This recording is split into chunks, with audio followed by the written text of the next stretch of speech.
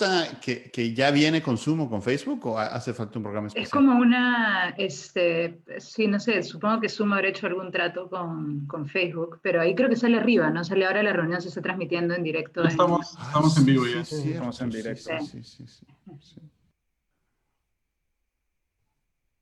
Se siente muy tecnológica todo. No, yo me acuerdo cuando yo tenía 8 años, me acuerdo que en la escuela los chicos decían, sí, cuando en el futuro va a haber como teléfonos, pero televisión y coches que vuelan. Y a mí no me parecía menos implausible lo de los teléfonos por televisión que los coches que volaban. Todo me parecía una locura. Y ahora...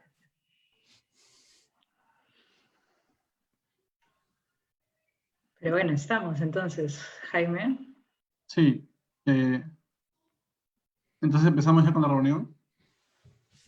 Ok. Agustín, al final no vas a poner la pizarra, ¿no? Lo que voy a hacer es que me voy a basar en la guía y luego, si fuera necesaria la pantalla, en ese momento la comparto para que no se robe la atención. Perfecto. Si les parece bien. Sí, por supuesto. Esto voy a abrir yo mi guía acá para poder... Nurit, para las personas de Facebook, ¿has puesto la guía online con el link? Voy a postearla ahí como un comentario y también lo voy a volver a postear en el chat, el link. Ok. Bueno. Ok, buenas tardes. Quiero dar la bienvenida a todos los que han podido asistir, los que se han conectado hoy día. Gracias por estar acá. Por supuesto, muchísimas gracias a Agustín por haber aceptado la invitación. Esta es la primera sesión del Seminario Permanente de Filosofía, un evento organizado por Teorema, Sociedad Peruana de Investigación Filosófica, y por el Círculo de Investigación en Filosofía Analítica, CIFA, de la PUC. Quería empezar, bueno, dando la bienvenida a todos y también comentándoles un poco sobre esta nueva organización que hemos formado algunas personas presentes acá, Teorema. Esta organización ha sido formada con el objetivo claro de contribuir al desarrollo de la filosofía en el Perú. Y esto lo hacemos, si se quiere, desde dos perspectivas. Una perspectiva interna. Somos un grupo de investigación. Cada una de las personas que integran este grupo tienen objetivos de investigación, proyectos, pero también hay proyectos colaborativos y con el tiempo vamos a ir lanzando más cosas también de nosotros. Y desde una perspectiva un poco más enfocada hacia afuera, queremos no solamente trabajar con las personas que ya están dedicadas a la filosofía en el Perú, crear una red nacional de filosofía, de estudiantes, profesores, etcétera, sino también acercar la filosofía a otro tipo de público, ¿no? Mostrar quizá la relevancia de la filosofía para otras disciplinas o simplemente para la formación ciudadana, digámoslo así.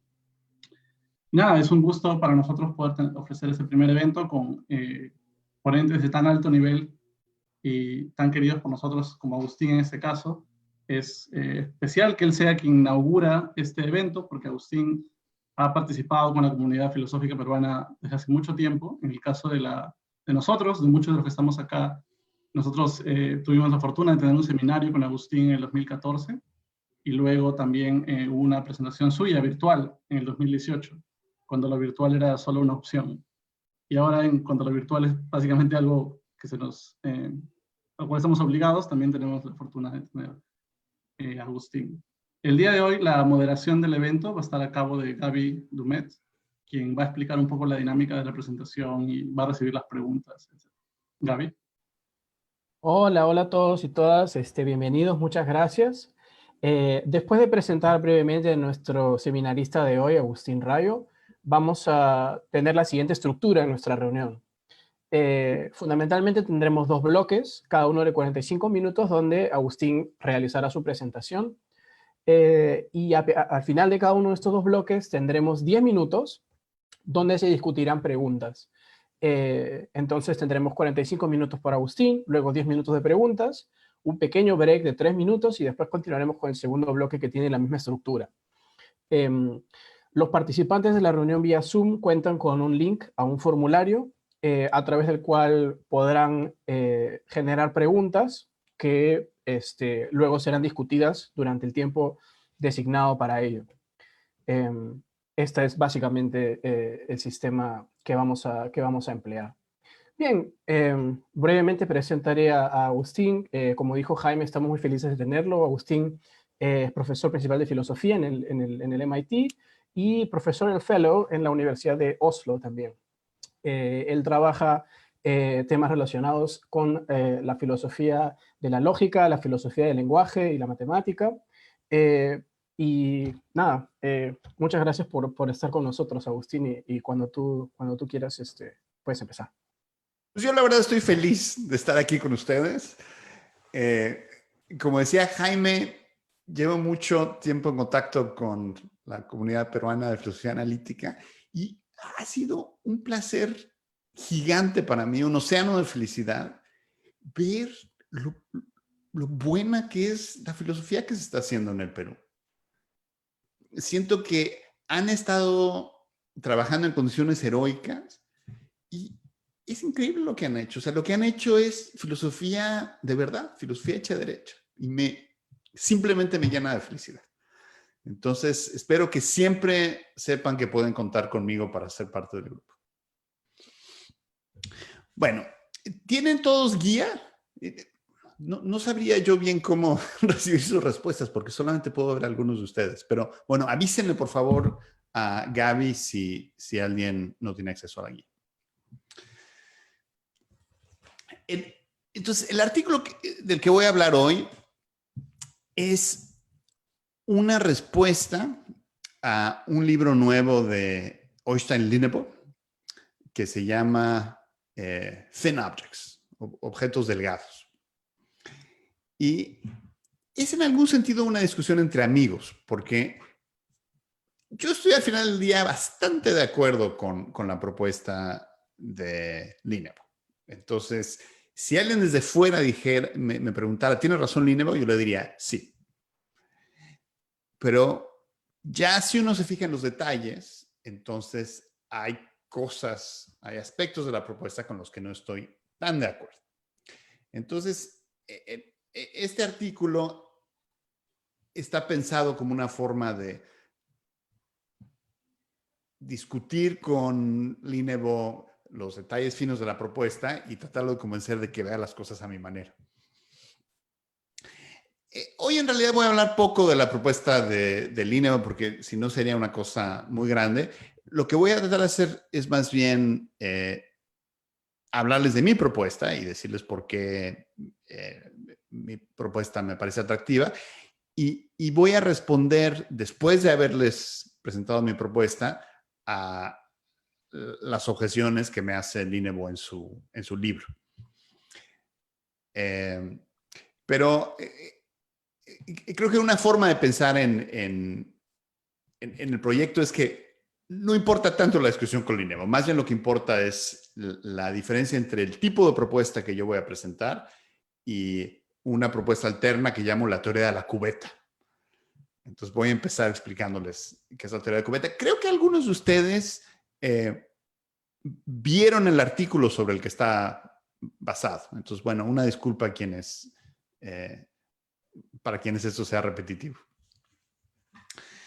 Entonces, si ven la parte A de la guía, dos concepciones de los objetos, verán que está primero la teoría de la cubeta, voy a explicar en qué consiste, y luego la voy a contrastar con la propuesta que a mí me gusta en forma preliminar. Y después el resto de la presentación abundaré. La teoría de la cubeta es, como primera aproximación, lo que cree todo el mundo cuando empieza a hacer filosofía. Entonces, debería ser una propuesta que suene natural. De hecho, debería sonar tan natural que uno podría pensar, pero ¿cómo puede no ser verdad eso? ¿Cómo puede no ser totalmente obvio? La idea es que hay un dominio de objetos, un dominio de individuos, que es metafísicamente privilegiado en el sentido de que se pueden identificar esos objetos independientemente de un lenguaje o una comunidad de personas o un marco conceptual. La idea es que el mundo mismo determina un cierto dominio de objetos. ¿Qué dominio? Bueno, la gente que le gusta la teoría de la cubeta dirá la totalidad de todo lo que hay. Ese es el dominio. Y yo para esos propósitos voy a referirme a ese dominio como la cubeta. Entonces la idea es que el mundo viene con una cubeta determinada, una cubeta llena de individuos, y ser un objeto consiste simplemente en ser un miembro de la cubeta, estar en la cubeta. Eso es ser un objeto. Eres un objeto si estás en la cubeta, si no estás en la cubeta no eres un objeto.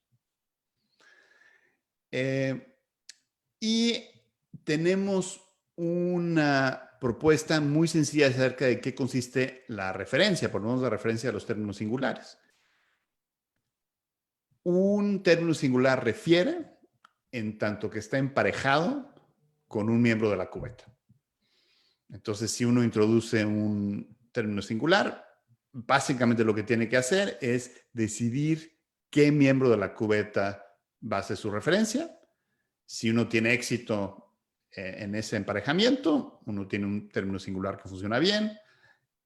Si uno no tiene éxito, uno no tiene un término singular que funcione bien, o tal vez un término singular vacío que se puede usar, pero no para referir. Entonces, esa es la propuesta, una idea sencilla, natural, pero pienso yo equivocada. Entonces, les voy a dar la propuesta alterna. Mis sospechas les va a sonar horrible, pero espero poco a poco decirles más y tratarlos de...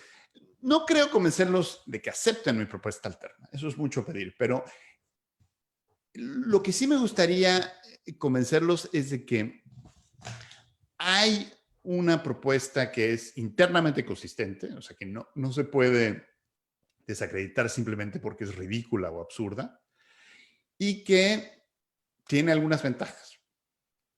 Y la razón por la que eso me parece importante es porque creo que hay problemas filosóficos que parecen insolubles, pero que se van, desaparecen cuando uno abandona la teoría de la cubeta.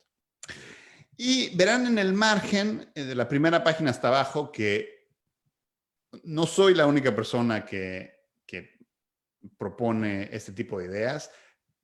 Frege es la persona canónica en hacer este tipo de propuesta, aunque creo que su versión es oscura de ciertas maneras y una de las cosas que me gustaría hacer a mí es ser más claro en algunos puntos. Y recientemente Amy Thomason tiene una propuesta que es similar a la que yo estoy haciendo y muy atractiva. Bueno, y también, por supuesto, Linebaugh en su libro. Bueno, entonces la propuesta es esta. Estoy ahora en A2 de la guía, la concepción ultraligera de los objetos. Así es como la llama Linebaugh. Entonces, un punto preliminar es introducir simplemente notación. Entonces decimos, bueno, es obvio que el mundo podría ser de diferentes maneras.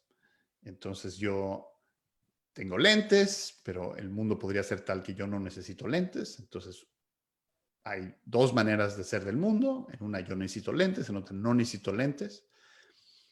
Entonces voy a referirme a cada una de esas maneras como una manera de ser del mundo. Notación. Y si quieren pueden pensar en un hecho como una manera de ser del mundo que obtiene. O sea, una manera de ser del mundo tal que el mundo de hecho es de esa manera. Bueno. Pero de acuerdo con la propuesta, y aquí sí empieza la propuesta. Hasta ahora todo era definición, aquí empieza la propuesta. De acuerdo con la propuesta, estas maneras de ser del mundo son de grano grueso. Y una forma de ver qué significa esto es que uno puede modelar maneras de ser del mundo como conjuntos de mundos posibles. Entonces, si uno tiene dos enunciados que son verdaderos en el mismo conjunto de mundos posibles, entonces, de acuerdo con esta propuesta, corresponden a la misma manera de ser del mundo. Entonces, por ejemplo, si yo digo, Sócrates murió y por otro lado, la muerte de Sócrates ocurrió, plausiblemente esos enunciados son verdaderos en el mismo conjunto de mundos posibles. Entonces, de acuerdo con esta propuesta, corresponden a la misma manera de ser del mundo. Hay una manera de ser del mundo, tal que Sócrates muere, y esa misma manera de ser del mundo corresponde a la muerte de Sócrates ocurre. Entonces, estamos usando lenguaje muy diferente para describir esa forma de ser del mundo, pero nos estamos refiriendo a la misma forma de ser del mundo. Entonces, una forma de pensar en esto es que la propuesta es una propuesta realista, pero es un realismo moderado. Es realista porque presupone que hay diferentes maneras de ser del mundo y que algunas obtienen y otras no obtienen. Entonces, hay un hecho acerca de cómo es el mundo y es un hecho objetivo. Entonces, en ese sentido, la propuesta es realista. Pero el realismo es moderado porque una vez que el mundo determina, una vez que el mundo determina qué mundos posibles están actualizados y cuáles no, su trabajo terminó. No determina nada más. Y en particular, el mundo no determina nada que pudiera usarse para trazar una diferencia entre la manera de ser de que Sócrates se murió y la manera de ser de que su muerte ocurrió. Lo único que nos da el mundo es una manera de ser de grano suficientemente grueso para corresponder a los dos enunciados. Entonces, tenemos un realismo, pero un realismo moderado. Entonces, ¿en qué consiste un objeto? Bueno, de acuerdo con mi propuesta, y ese es el punto siguiente en la guía, un objeto es simplemente un aspecto de una manera de ser del mundo. Entonces, tenemos maneras de ser del mundo y diferentes maneras de describirlas pueden resaltar diferentes aspectos de esa forma de ser del mundo. Y cuando usamos un lenguaje, en particular un lenguaje composicional, para hablar del mundo, nuestro lenguaje puede usarse para establecer conexiones entre diferentes maneras de ser del mundo. Entonces, por ejemplo, si yo digo Sócrates era filósofo y digo Sócrates murió, el hecho de que uso el término singular Sócrates en los dos casos resalta el que las maneras de ser del mundo correspondientes compartan un cierto aspecto. ¿Qué aspecto? Bueno, usando mi lenguaje yo puedo decir, los dos tienen que ver con Sócrates, pero una persona que use un lenguaje diferente para hablar de esas maneras de ser del mundo, lo podría poner de manera diferente. Por ejemplo, alguien que en vez de decir Sócrates murió, diga la muerte ocurrió socratíficamente, describiría ese aspecto de otra manera, ¿no? Tal vez usaría un predicado para describirlo en vez de un nombre, o un aspecto similar.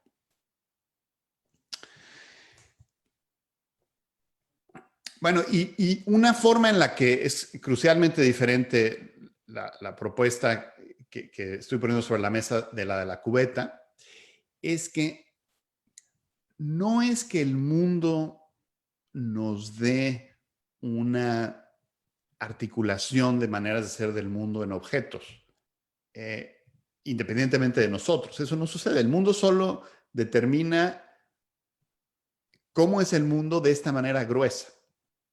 Somos nosotros, cuando representamos el mundo, que le damos importancia a algunos aspectos de las maneras de ser del mundo que describimos, y en virtud de eso articulamos al mundo en objetos. Pero si uno elimina nuestra contribución, entonces no tiene sentido hablar de un dominio. Entonces, esa es la diferencia. La cubeta está dada. En cambio, de acuerdo con la propuesta que pongo sobre la mesa, nosotros tenemos que usar nuestro lenguaje o nuestro método de representar el mundo para identificar un dominio.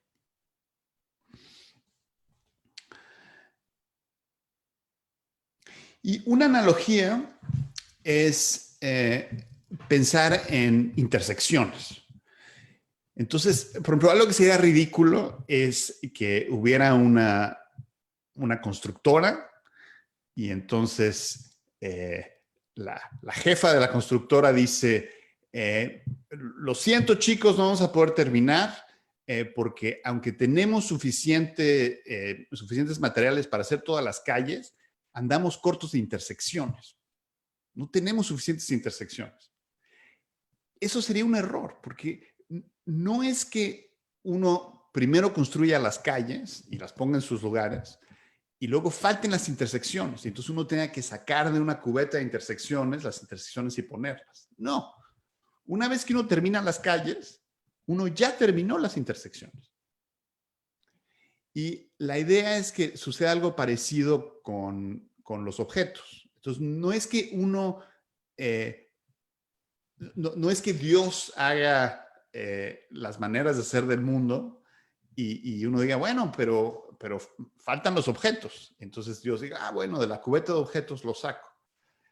No, así como una intersección es simplemente algo que tienen en común dos calles, un objeto, de acuerdo con esta propuesta, es simplemente algo que tienen en común dos maneras de ser del mundo. Entonces, bueno, esa es la idea. Gaby, estoy por pasar del punto A de la guía al punto B. Si quieres puedo continuar, pero tú me dices si quieres que aprovechemos para alguna pregunta o alguna aclaración. Todavía tenemos bastante tiempo hasta el break intermedio con 10 minutos de preguntas. A lo mejor si hay alguna pregunta aclaratoria, tenemos un par de personas encargadas que igualmente pueden intervenir, pero en principio sería bueno continuar, sí.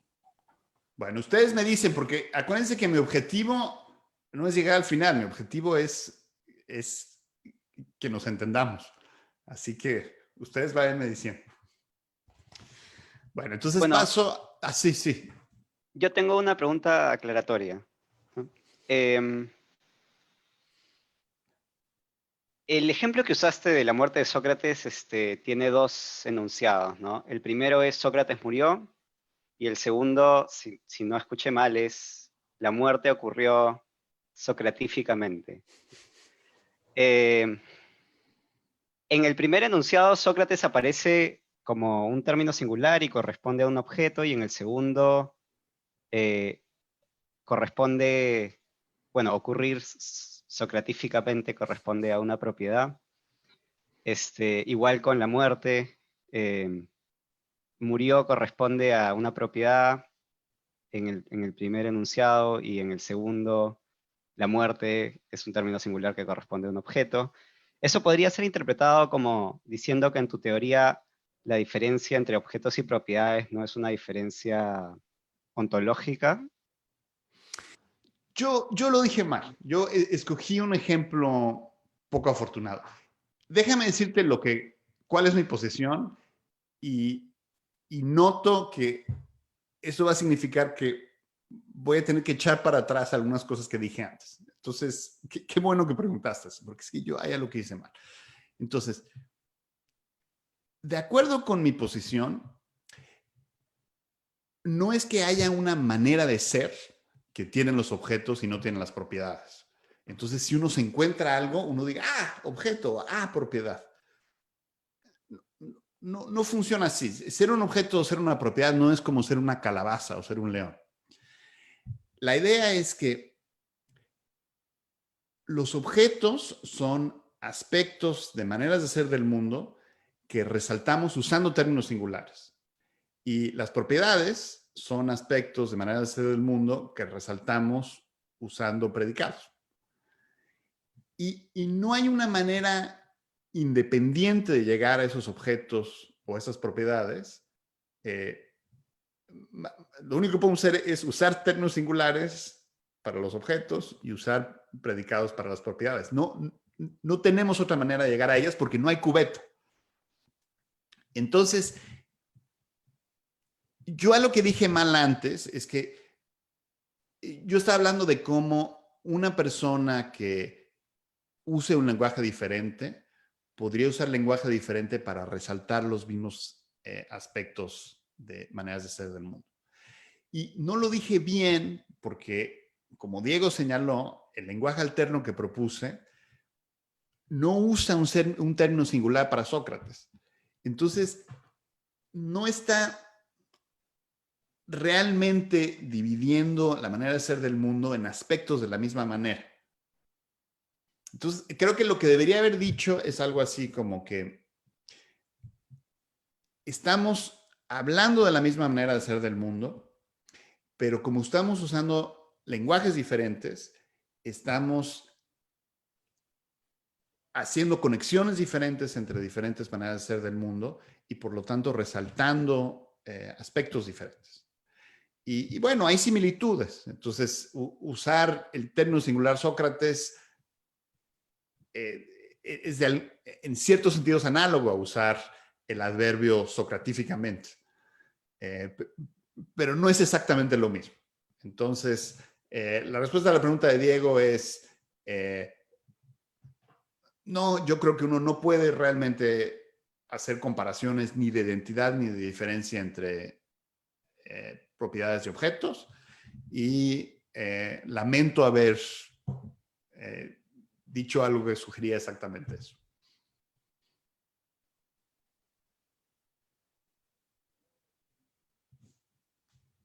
Bueno, voy a continuar con la parte B de la guía. Bueno, entonces, dije algo acerca de qué es un objeto de acuerdo con la concepción ultraligera, pero no he dicho mucho acerca de qué es lo que hace falta para que un término singular refiera. Y entonces, eso es lo que voy a hacer ahora. Y noten que lo que voy a decir es bien diferente que lo que diría la teoría de la cubeta. De acuerdo con la teoría de la cubeta, el concepto de referencia es muy sencillo. Está la cubeta y un término refiere cuando esté emparejado con algún elemento de la cubeta. En mi posición no podemos decir eso porque no hay cubeta. Entonces, ¿qué decimos? Entonces, bueno, vamos a representar maneras de ser del mundo como conjuntos de mundos posibles. Voy a llamar un conjunto de mundo posible una proposición de grano grueso.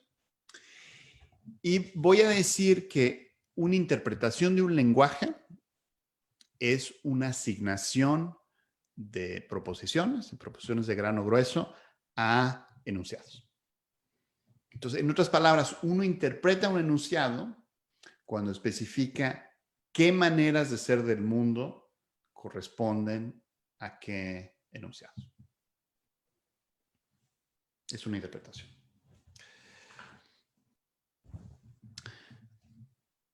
Entonces, aquí está la propuesta de referencia. Entonces, decimos primero que una interpretación de un lenguaje solo es legítima si preserva relaciones de implicación lógica.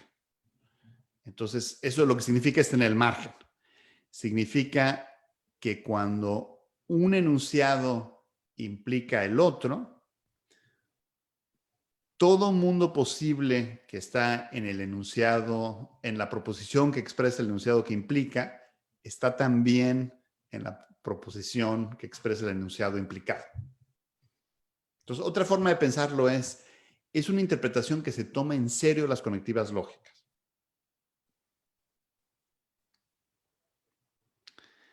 Entonces, es la primera parte. Estamos diciendo que no toda interpretación de un lenguaje es legítima, solamente esas.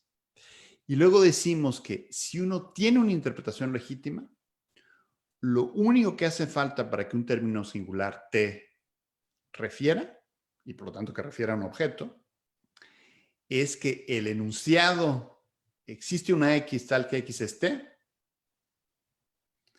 esté interpretado como correspondiendo a una manera de ser del mundo que de hecho obtiene. Entonces, si tenemos una interpretación que le asigna maneras de ser del mundo a enunciados y lo hacemos de tal forma que, uno, se respeten conexiones lógicas y dos, al enunciado hay una X tal que X le toque una manera de ser del mundo que obtiene, eso es todo lo que hace falta para que el término te refiere.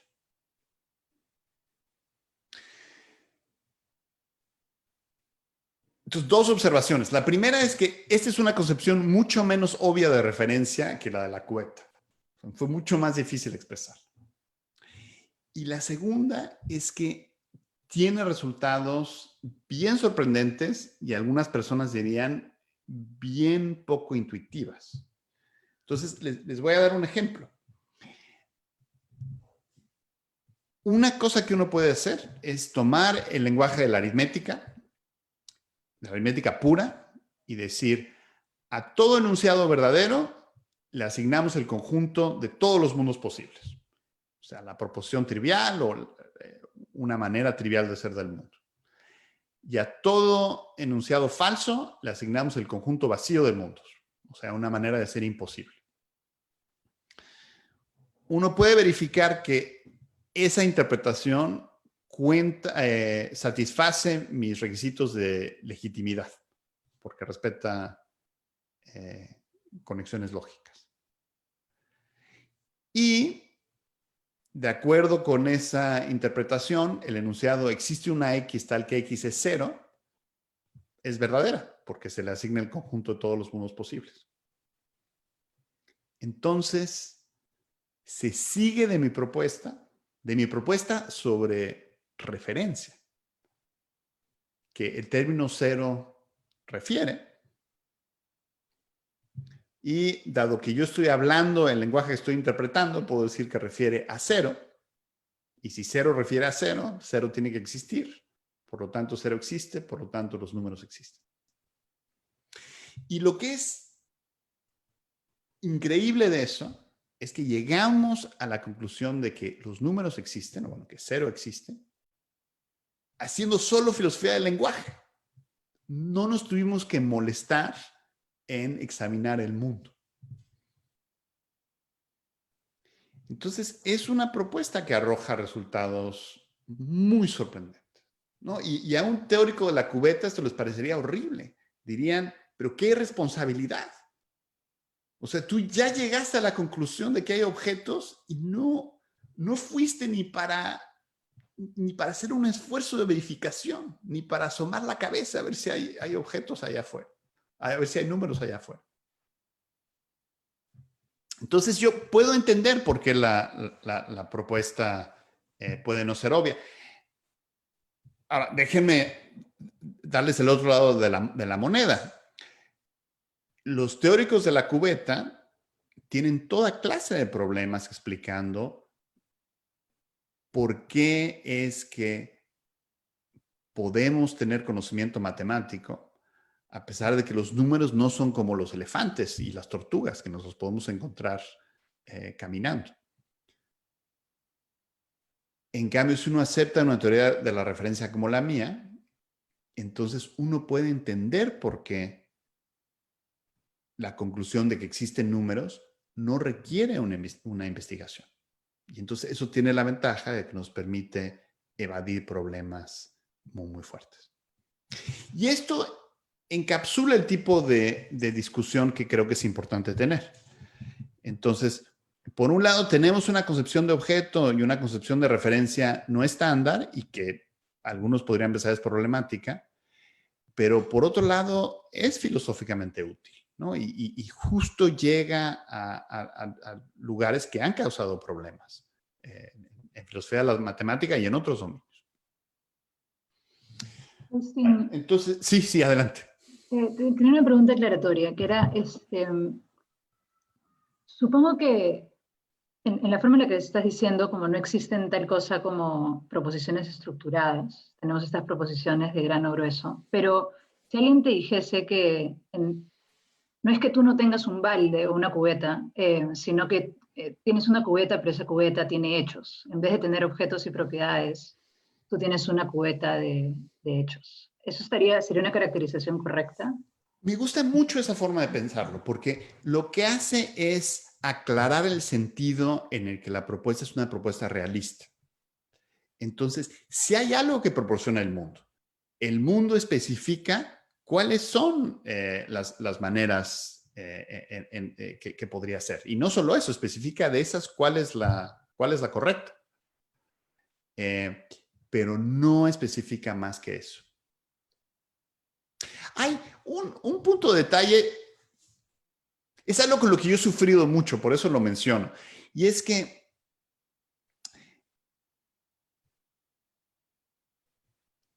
aquí hay una manera de pensar en qué consiste ser verdadero. Uno puede decir, bueno, cuando hablamos de verdad, simplemente hacemos distinciones entre diferentes maneras de ser del mundo. Por ejemplo, hoy es martes, hoy no es martes, y decimos de qué lado de la distinción está realmente el mundo. Bueno, esa parece una manera natural de pensar en verdad. Pero eso significa que cuando hablamos de verdad, presuponemos una distinción. Y entonces surge la pregunta de si tiene buen sentido hablar de una distinción verdadera o no verdadera. Porque tal y como yo presenté el concepto de verdad, tenemos que presuponer las distinciones antes de poder hablar de verdad. Entonces, la metáfora de la cubeta no es tan robusta como a mí me gustaría. Pero bueno, con esa salvedad me parece súper útil esa forma de pensarlo, en donde el teórico de la cubeta y yo estamos en desacuerdo acerca de qué tanto nos da el mundo. De acuerdo con el teórico de la cubeta, nos dice qué objetos hay. De acuerdo conmigo, nos dice solamente qué proposición de grano grueso obtiene, o qué proposiciones de grano grueso obtiene. Gracias. Una pregunta aclaratoria, puede ser, rápidamente. ¿Qué estás entendiendo por término singular? Porque en tu argumento de que el cero existe, empezaste diciendo, bueno, tenemos un término singular, digamos, el numeral cero, y ahí empezó el argumento. Entonces, el teórico de la cubeta podría decirte, bueno, pero dado cómo estás construyendo las cosas, obviamente has construido tu argumento para que el numeral cero sea un término singular. El teórico de la cubeta podría decirte, pero yo no tengo que concederte eso. Justamente estamos en discusión. Es una pregunta abierta si el numeral cero es un término singular. Creo que este punto resalta una debilidad de mi propuesta. Y eso es que en lugar de tener una respuesta seria, Eduardo, lo que hago es hacer trampa y evadir. Entonces, la versión oficial de la propuesta es, hablemos no del español, sino de un lenguaje de primer orden, en donde simplemente estipulamos cuáles son los términos singulares y cuáles son los predicados y cuáles son las conectivas lógicas, etc. Entonces, eso no significa que se va el problema, ¿no? Entonces, eso básicamente lo que significa es, nos estamos enfocando en un caso fácil, en donde no tenemos que preocuparnos por la pregunta importante de qué es un término singular, porque introducimos eso por estipulación, pero no he dado ninguna receta sobre cómo se podrían aplicar esas mismas ideas para un lenguaje natural. Y la verdad es que yo no lo sé hacer, porque creo que la pregunta de qué cuenta como un término singular en una lengua natural es muy difícil. Y yo además yo no entiendo nada, ¿no? O sea, es increíble la variedad de propuestas acerca de la categoría semántica en la que podría caer una expresión como Agustín. Yo no sé qué decir y no sabría cómo enfrentar ese debate. Entonces, la respuesta real es no sé. La respuesta barata es me voy a enfocar en un caso particular en donde ese problema no surge.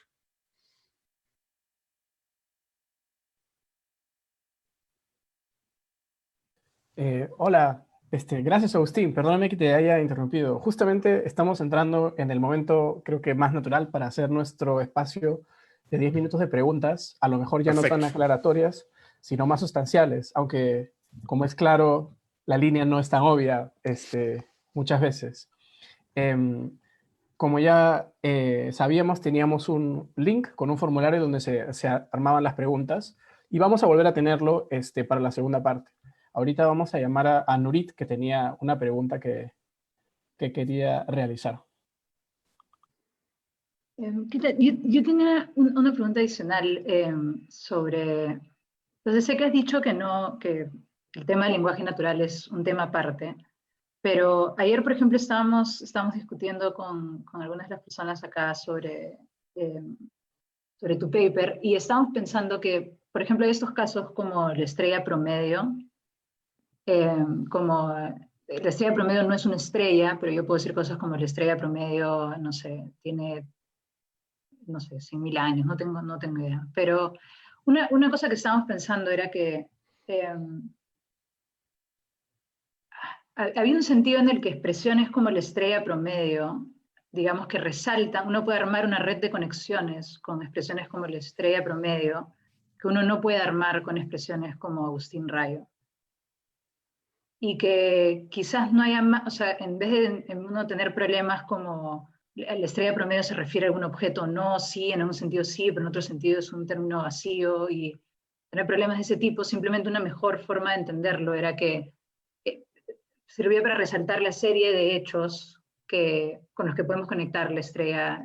Por ejemplo, la estrella promedio tiene 100.000 años, es a, si yo, si yo tomo la edad de todas las estrellas, en promedio la edad es no sé qué, que es un tipo de analogía que yo no puedo hacer con cosas como Agustín Rayo tiene tantos años. Qué interesante, no se me había ocurrido eso. No se me había ocurrido y sí surgen toda clase de posibilidades interesantes. Entonces, algo que se me ocurre simplemente de oír lo que dices es que habría espacio para decir, bueno, tenemos una nueva categoría semántica que no es exactamente un término singular y por lo tanto su referencia no es exactamente un objeto. Hay algunas analogías entre esas expresiones y los términos singulares y entonces necesitamos un análogo ontológico a eso. Y entonces tenemos tal vez objetos y propiedades y luego tenemos pseudo objetos correspondiendo a esos. Pero lo que más me gustó de todo lo que dijiste es la metodología, porque el primer paso no fue como consultar la intuición acerca de qué cosas tiene el mundo.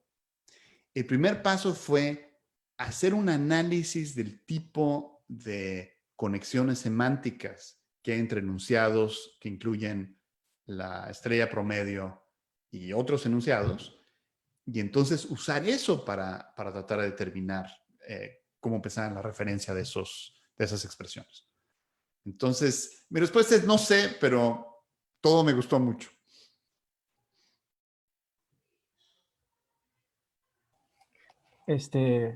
Bien, Jaime, Tú puedes formular una pregunta ahora también. Ah, ok. Gracias. Nada, muy interesante. Me encanta ese tema, así que tengo muchas preguntas, pero voy a elegir una pequeña. Al inicio mencionaste que la teoría de la cubeta tenía un poquito el beneficio de corresponder a una intuición que tenemos de que el mundo viene con objetos. Me gustaría escuchar un poquito más sobre cómo podemos comparar la teoría de la cubeta con tu teoría eh, sobre objetos y hechos, etcétera, en cuanto a cómo corresponden con las intuiciones de la gente. Vemos ahí este debate gigante sobre si las teorías metafísicas son compatibles o no, si deben serlo. Quería quizás escuchar un poco más sobre cómo pensarías que tu teoría califica en ese aspecto. ¿Me puedes decir un poquito más? Entonces, si mi teoría es compatible con qué?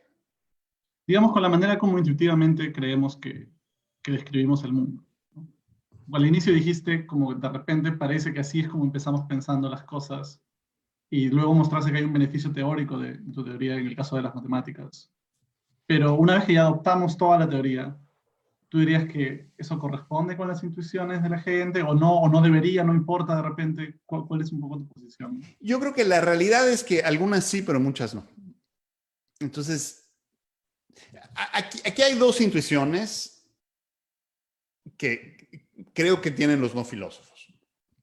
Entonces, la primera es que la referencia funciona más o menos como le dice la teoría de la cubeta. Entonces, no sé, yo me puedo imaginar explicándole a mi hijo que manzana refiere a una manzana, y entonces, bueno, eso fue un mal ejemplo porque no es un término singular, pero mamá refiere a mamá, papá refiere a papá.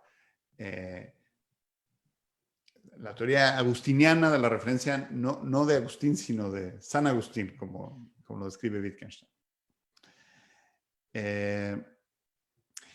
Entonces, bueno, esa intuición está con la teoría de la cubeta, no hay duda. Yo creo que un no filósofo ni siquiera entendería la formulación de mi propuesta. Pero aquí hay otra intuición que yo creo que tienen los no filósofos, que es que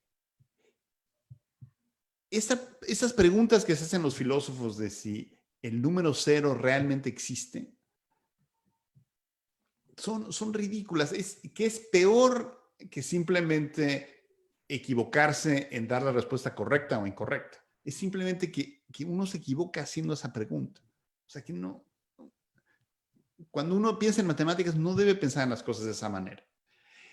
Y creo que mi propuesta permite explicar qué es lo que está pasando, ¿no? Lo que está pasando es que cuando hacemos matemáticas puras, estamos articulando maneras triviales de ser del mundo. Entonces, uno no debe preocuparse de si el mundo, si tenemos la suerte de que Dios creó a los números, ¿no?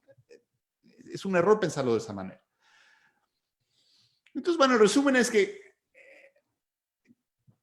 yo creo que si uno le presentara las dos propuestas a un no filósofo, sin duda sería con la teoría de la cubeta. Pero creo que hay algunas intuiciones que tienen los no filósofos para los que mi propuesta podría ayudar. Una cosa que vale la pena recordar es que no es que las intuiciones de los no filósofos formen no es claro que formen un conjunto consistente. O sea, no es claro que hay tal cosa como un desarrollo riguroso de esas intuiciones que las respete todas, ¿no? Entonces, podría ser que ninguna propuesta se ajuste perfectamente, aunque creo que en este caso se ajusta mejor la teoría rival. Gracias. Bien, tenemos una tercera pregunta, pero como hubo un problema en el formulario, en el lugar de un nombre, la persona que ha formulado esta pregunta escribió 1, 2, 3. No ha sido su culpa, pero como Agustín ya nos ha dicho que los números refieren, no hay ningún problema en este caso. Esa persona, si desea identificarse, me puede escribir por el chat del Zoom, no hay ningún problema, pero dado que no existe ahorita esta comunicación, voy a poner más o menos lo que ha escrito en el formulario, ¿no? Esta persona pregunta, dados dos aspectos de maneras de ser del mundo que en nuestro lenguaje conceptualizamos como objetos, ¿es posible que en un lenguaje diferente al nuestro un primer aspecto sea conceptualizado como objeto y el otro como una propiedad? Esta es más o menos la pregunta. Disculpen mi, mi pequeña trampita alimenticia. Yo creo que esa pregunta está muy relacionada a lo que había preguntado Diego antes.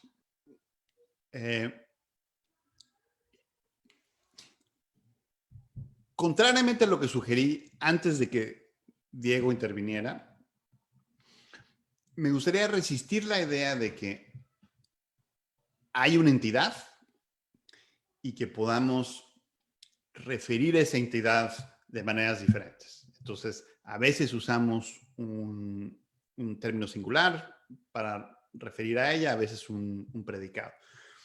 Eso tendría todo el sentido del mundo en la teoría de la cubeta, porque la entidad está dada independientemente de nosotros, y entonces nosotros somos simplemente como pescadores que estamos tratando de insertar nuestro anzuelo en la entidad. Pero de acuerdo con mi propuesta, no funciona y no es que el objeto esté dado y que sea solo cosa de emparejar nuestras expresiones con el objeto o con la entidad. Lo único que hay son maneras de ser del mundo. Entonces, lo que podemos hacer es usar lenguajes para establecer conexiones entre esas maneras de ser del mundo. Y cuando hablamos de un objeto, de una propiedad, estamos simplemente hablando de aspectos de las maneras de ser del mundo que quedaron resaltadas por esas conexiones. Y si un lenguaje tiene un término singular y otro tiene un predicado, eso va a generar redes diferentes. Y si las redes son diferentes, los aspectos no van a ser exactamente iguales. Eso es lo que se puede decir. Claro, tal vez lo que estoy a punto de decir se relaciona a lo que preguntaba Eduardo. Tal vez uno se podría imaginar un lenguaje en donde las cosas que uno llama predicados funcionan exactamente como términos singulares y viceversa. Entonces, bueno, en ese caso, uno podría pensar que dado que las redes de conexiones entre modos de ser del mundo que generan los dos lenguajes son análogos, en ese caso sí estamos hablando de los mismos aspectos de maneras de ser del mundo y por lo tanto que hablamos de la misma entidad primero con un término singular y luego con un predicado. Pero es un caso raro porque uno podría preguntar, como preguntaba Eduardo, ¿en virtud de qué es un término singular? ¿En virtud de qué es un predicado? Entonces, uno podría decir que en ese ejemplo no hemos realmente descrito lenguajes diferentes, sino que describimos el mismo lenguaje y simplemente usamos terminología diferente. Entiendo. Gracias, Agustín. Bien, comunicarles nada más que hemos ya resuelto el problema con el formulario. Entonces, para nuestro siguiente bloque ya no van a tener que poner un número, van a poder realizar sus preguntas. Tenemos que tomarnos un break, como estaba pensado, de solamente 2 o 3 minutos nada más, para que alguien no se tome ese tiempo. Y continuaremos otra vez, Agustín, con tu presentación, que está genial. Muy bien, muchas gracias. Ahora vuelvo.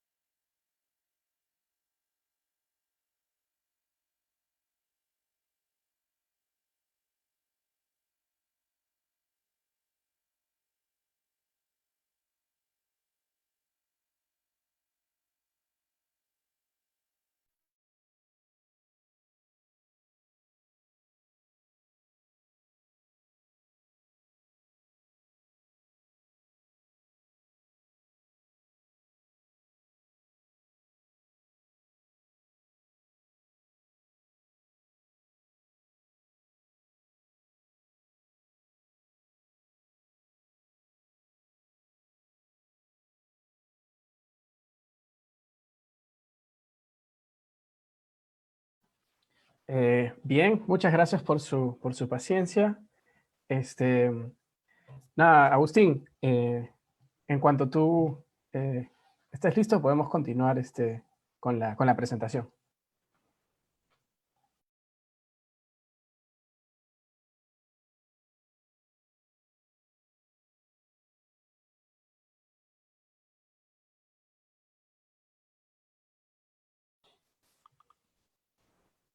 Agustín, sí, Listo. nada, gracias por la paciencia de todos y todas.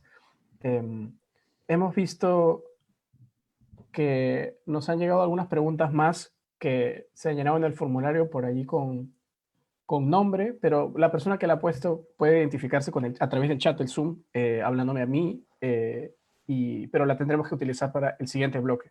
Por ahora, Agustín, cuando tú quieras, podemos continuar con la presentación. Si no les importa, me gustaría agregar algo a mi respuesta a 1, 2, 3, porque me quedé pensando y realmente me gustó su pregunta y quiero volverlo a intentar. Entonces, la pregunta es, dos lenguajes diferentes pueden usar expresiones de tipo diferentes para referir a la misma entidad. Eso presupone que tenemos una perspectiva neutral desde la cual podemos identificar la entidad y luego responder a la pregunta si esos dos lenguajes refieren a ella o no. Pero, de acuerdo con mi teoría, no hay esa perspectiva neutral, porque no es que los objetos puedan ser identificados independientemente de un lenguaje.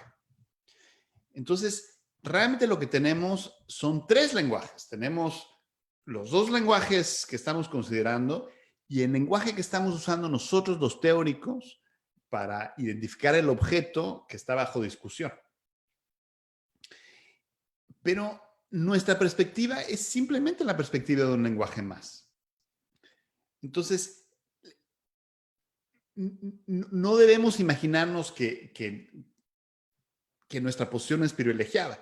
Y eso lo que significa es que nosotros podemos imaginarnos diferentes maneras de traducir los lenguajes que estamos considerando a nuestro lenguaje. Y podría haber traducciones tales que nuestra palabra para la entidad en cuestión resulte ser sinónima con una o los dos de los otros términos que estamos considerando, o ninguno. Pero podría ser que haya diferentes opciones acerca de cómo traducir los otros lenguajes al nuestro y que no haya nada que decidir entre esas traducciones. Entonces, en algunos casos podría ser que la respuesta sea indeterminada. Eso es muy difícil en la teoría de la cubeta, porque en la teoría de la cubeta uno dice, está el objeto ahí, tu expresión refiere a ella o no. Pero de acuerdo con mi teoría es más complicado. Lo más que podemos hacer es traducir y las traducciones pueden sufrir de indeterminación. Entonces, bueno, gracias una vez más, 1, 2, 3, por esa pregunta. Bueno, voy a continuar con la guía y me gustaría ir a la parte C, una analogía. Entonces, lo que voy a tratar de sugerir es que hay una analogía entre los objetos, tal y como yo pienso en ellos, por un lado, y por otro, las unidades de medición. Cosas como por ejemplo, metros y pies, o grados Celsius, grados Fahrenheit, etc. Entonces, ese es el ejemplo. Tomen una manera de ser del mundo, que es el camino C, tiene 40 metros de largo. Y estoy usando corchetes para hablar de la manera de ser del mundo que corresponde al enunciado que está entre los corchetes. Esa misma manera de ser del mundo podría escribirse usando un enunciado diferente. El camino C tiene 131 pies de largo. pero de acuerdo con mi posición es la misma manera de ser del mundo. Estamos simplemente usando expresiones diferentes para hablar de ella. Y ahora imagínense un crítico que se queja. Dice, a mí no me interesan las descripciones idiosincráticas del mundo. Dame una descripción de C que use unidades de medida objetivamente correctas. Yo creo que lo que habría que decirle al crítico es que no ha entendido cómo funcionan las unidades de medición. Entonces, no hay una respuesta objetivamente correcta a cuáles son las unidades verdaderas de medición, metros o pies. Podemos usar cualquiera de ellas para dar una descripción objetivamente correcta del mundo. Pero el que demos una descripción objetivamente correcta del mundo no requiere que nuestra elección de unidades sea en algún sentido objetivamente correcta. Podemos usar unidades parroquiales para describir el mundo de manera objetivamente correcta. Entonces, la forma adecuada de pensar en unidades de medición no es como cuáles son correctas y cuáles son incorrectas. Hay que decir cuáles son útiles y cuáles no son útiles. Entonces uno puede decir, por ejemplo, yo prefiero usar metros que pies porque es más fácil convertir metros a centímetros que pies a pulgadas. Pero son consideraciones prácticas de ese tipo las que determinan nuestra decisión. No es que el mundo nos dé una cubeta de unidades. Entonces, la propuesta es que los objetos son un poco así. Y eso nos lleva a la parte D de la guía en la página siguiente. Entonces, de acuerdo con mi posición, podemos usar Sócrates murió o la muerte de Sócrates ocurrió para hablar de la misma manera de ser del mundo. Y uno podría imaginarse un crítico, en este caso es un crítico menos absurdo, en este caso seguro que hay críticos de este tipo, que diga, no estoy interesado en descripciones idiosincráticas del mundo. Denme una descripción de M que use solo objetos y propiedades objetivamente correctos. O sea, el teórico de la cubeta podría ser ese crítico que dice, quiero que me describan ese hecho usando solo objetos que están en la cubeta y tal vez usando solo propiedades que están en otra cubeta, que es la cubeta de las propiedades. Y a mí lo que me gustaría hacer es dar la misma respuesta que se le daría al crítico en el caso de las unidades. Que es decir, estás equivocado cuando piensas que para poder dar una descripción objetivamente correcta del mundo, una respuesta objetivamente correcta a la pregunta ¿cómo es el mundo? Estoy en desacuerdo en que eso requiera una selección objetivamente correcta de objetos o de propiedades. No es así como funciona. Podemos usar una selección parroquial de objetos y de propiedades, parroquial en tanto que depende de nuestro lenguaje, y de todas formas dar una descripción objetivamente correcta del mundo. Y eso está vinculado a un punto de Nurit, que es que como la propuesta presupone un realismo moderado, las maneras de ser del mundo de las que estamos hablando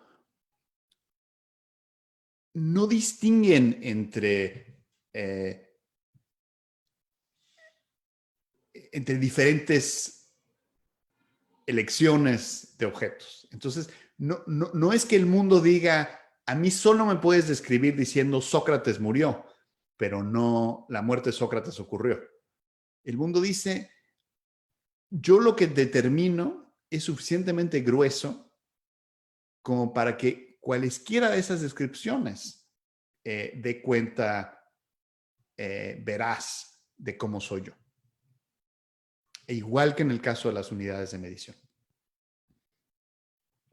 Entonces, bueno, hay una disanalogía entre los dos casos, porque en el caso de las unidades de medición, todo el mundo estaría de acuerdo en que uno puede describir objetivamente el mundo usando unidades parroquiales.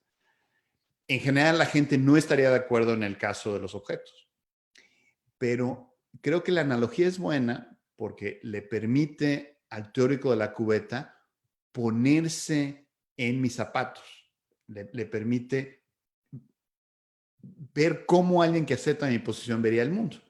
Simplemente diría que los objetos hay que empezar en ellos como él piensa en las unidades de medición.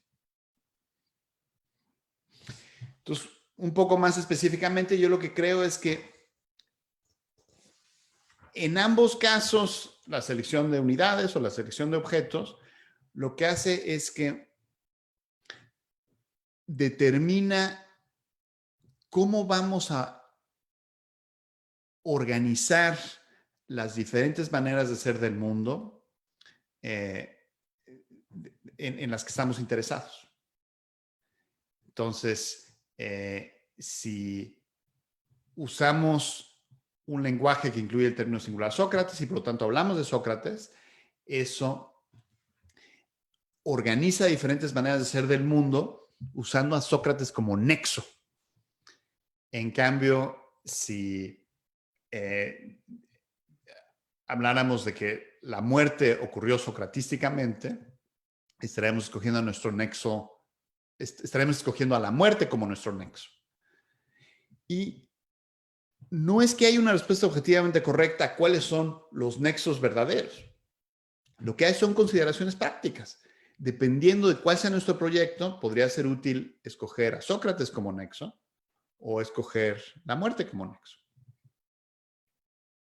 Entonces, bueno, esa es la propuesta.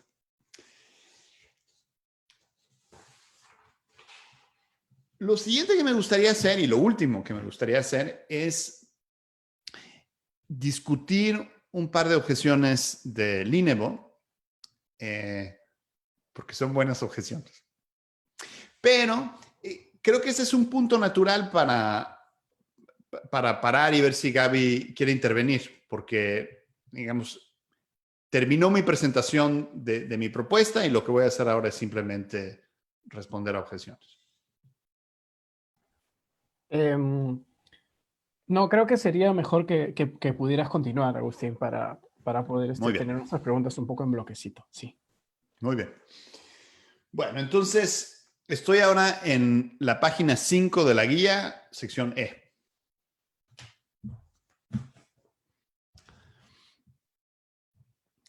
Bueno, entonces antes de describir las objeciones, les voy a dar voy a hablar de algunos puntos preliminares. Entonces, Linnebaum nos pide que nos imaginemos una teoría de primer orden y que asumamos que es completa, decidible y consistente. Entonces, él usa como ejemplo la teoría de órdenes lineales densos sin extremos. Entonces, un caso particular de esa teoría es la teoría de los números reales. Otro caso particular es la teoría de los números racionales, pero hay muchas otras.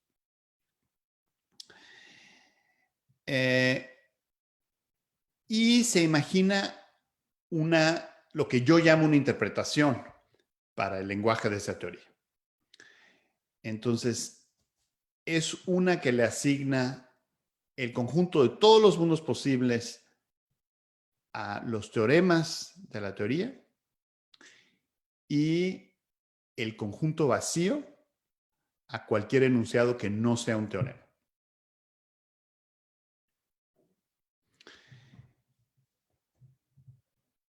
Yo contaría esa interpretación como legítima porque respeta conexiones lógicas. Y si el lenguaje contiene una constante C tal que el enunciado hay una X tal que X es C es un teorema, mi teoría está comprometida con la idea de que C refiere. Entonces Lineable dice, Agustín, aquí tienes una teoría, es una teoría que tú deberías contar como legítima, y aquí tienes un término singular C, y tú lo debes contar como referencial. Y ahora empiezan sus objeciones. Entonces, la primera objeción dice, noten cómo nuestra interpretación no es composicional. O sea, simplemente dijimos, si eres un teorema, todos los mundos posibles. Si no eres un teorema, el conjunto vacío. ¿Cómo puede haber referencia si ni siquiera tenemos composicionalidad? Entonces, una cita está en la guía. Lineable dice, una interpretación como esta se salta por completo el principio de composicionalidad. Por lo tanto, no logra garantizar referencia genuina.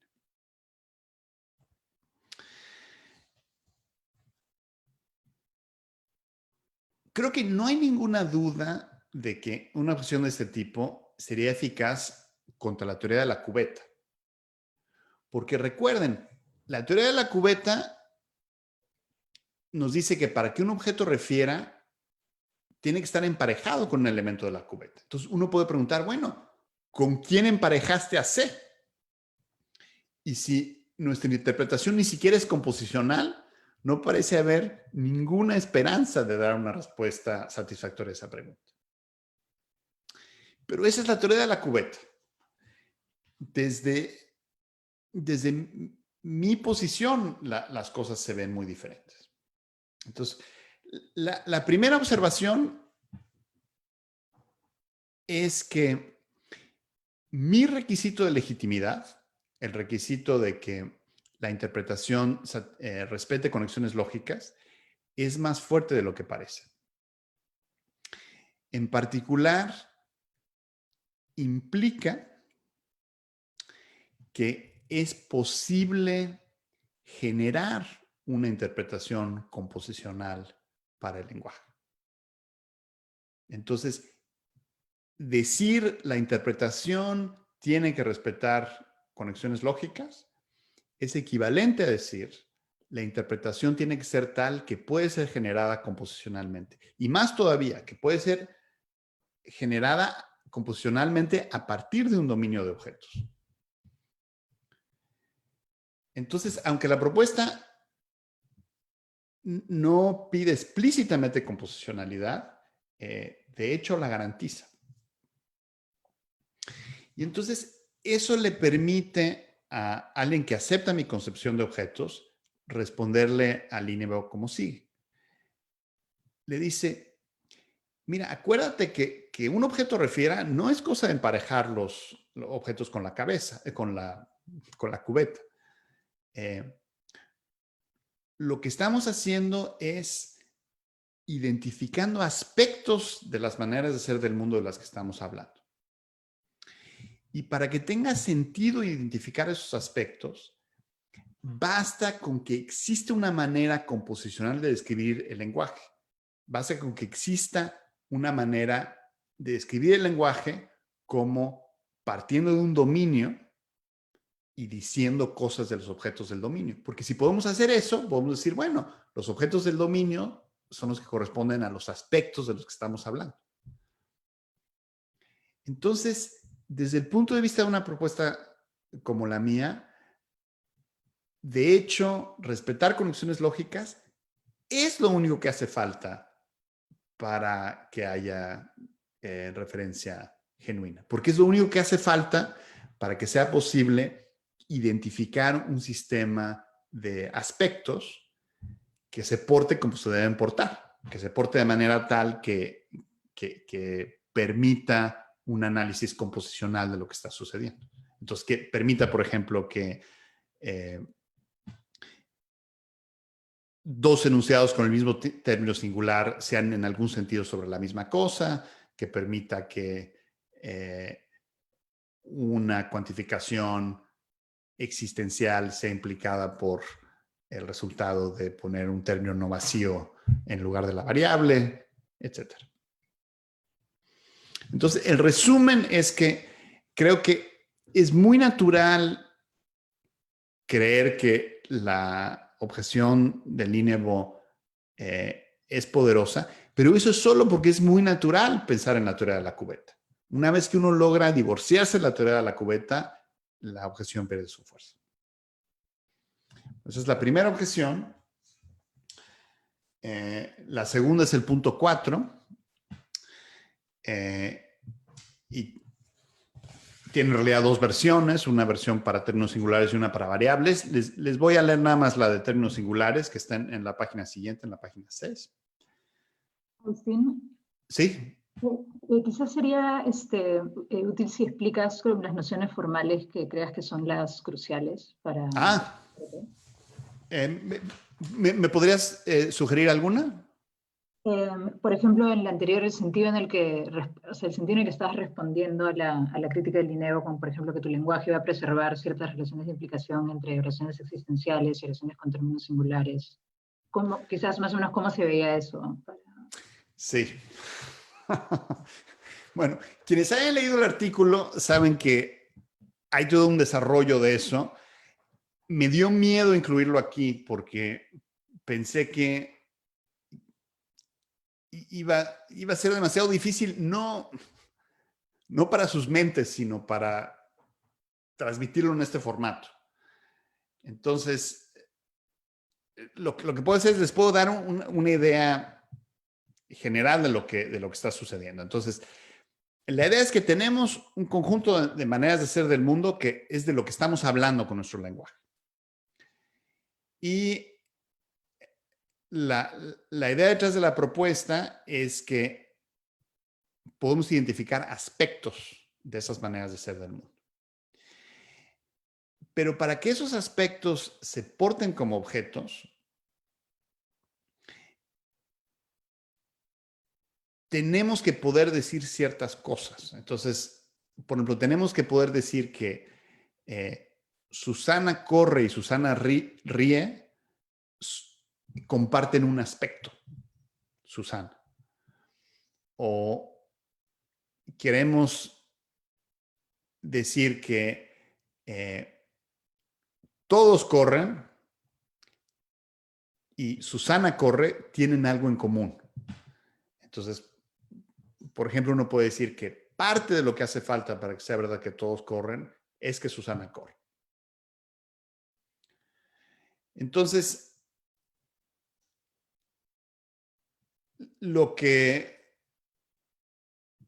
propongo es que un lenguaje composicional le permite a uno desarrollar una teoría aceptable acerca de cómo se relacionan diferentes maneras de ser del mundo y por lo tanto de cómo aspectos de algunas se comparte con aspectos de otro o cómo algunas maneras de ser del mundo son partes de otras.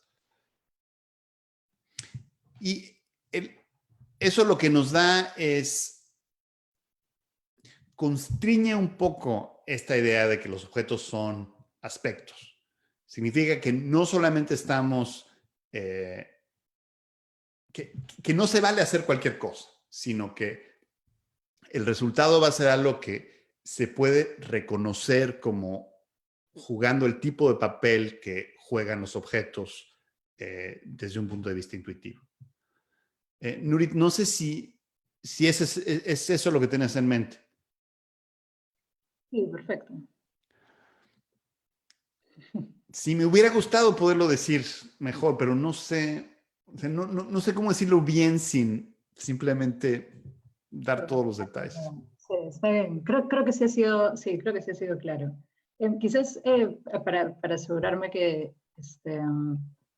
la idea sería que, por ejemplo, cuando yo le pongo un predicado f en alguna oración, como para todo x, sí, sobre todo x f de x, y cuando yo pongo en otra oración la simbolizo como f de a, no es gratuito que yo haya puesto esas f's ahí y que hayan ciertas relaciones. Es porque detrás está un esquema de relaciones, de cómo se relacionan esos hechos. ¿Tiene sentido esa forma de...? Sí. Otra forma de pensarlo es, tal vez lo podría ser así en el artículo, otra forma de pensarlo es que no es que pensemos que no haya conexiones entre las diferentes formas de ser del mundo de las que hablamos. Entonces, la más básica es que unas implican otras, ¿no? Y otra es que algunas son sobre lo mismo. Algunas describen aspectos diferentes de un mismo dominio de la realidad, por ponerlo de alguna manera. Entonces, lo que trato de hacer es ser explícito acerca de qué significa eso. Y entonces, eso lo que nos da es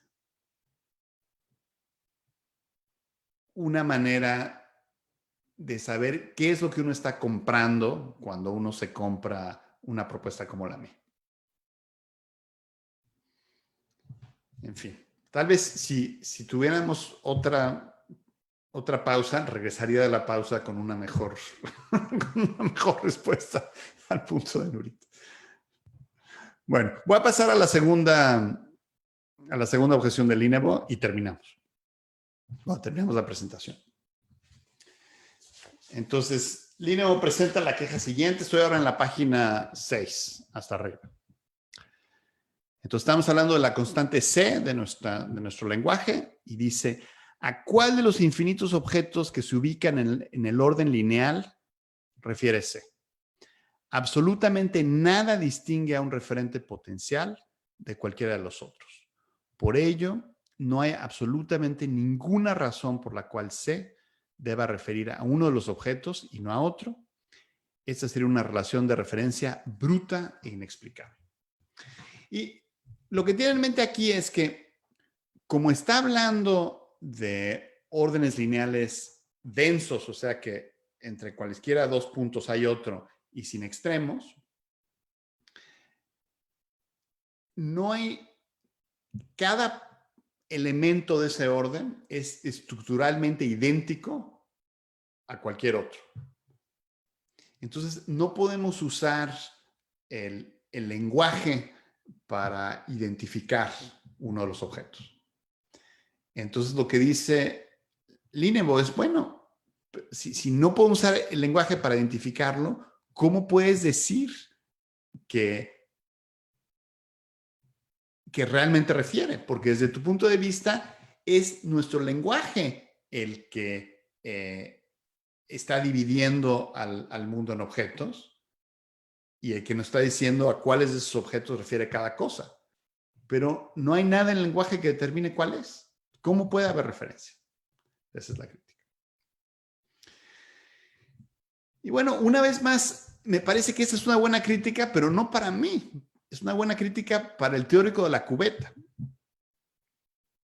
Porque si un teórico de la cubeta cree que se refiere, entonces está comprometido con la idea de que está emparejado con un elemento de la cubeta. Y tiene buen sentido preguntar cuál. Pero desde mi punto de vista, la situación es diferente. De hecho, es diferente por razones conectadas a lo que discutía con 1, 2, 3. La razón por la que es diferente es porque, desde mi punto de vista, no es que haya una perspectiva neutral desde la que uno pueda visualizar los objetos y decir a cuál refiere C, sino que estamos en el mundo de nuestro lenguaje. Y una forma útil de verlo es, imaginemos primero que yo hablo el lenguaje que incluye C. Y entonces alguien me pregunta, bueno, ¿a quién refiere C? Yo tengo una respuesta. Puedo decir, bueno, C refiere a C, hablando mi lenguaje. Así como al principio de la presentación dije, el numeral 0 refiere al número 0. Y eso es obviamente correcto desde mi lenguaje. En tanto que yo creo que mi lenguaje es legítimo, es un lenguaje que se puede hablar, tiene que ser cierto que se refiere a C. Y entonces alguien dice, bueno, pero eso es desde el punto de vista de tu lenguaje. Te aprovechaste del hecho de que puedes desencomillar. ¿Qué tal si consideramos un lenguaje que no incluya a C? Y ahí lo que yo digo es, bueno, en ese caso, para saber a qué refiere C, tienes que traducirlo a tu lenguaje. y no hay ninguna garantía de que haya una sola, que haya una traducción que sea superior a las demás. El teórico de la cubeta debería pensar eso.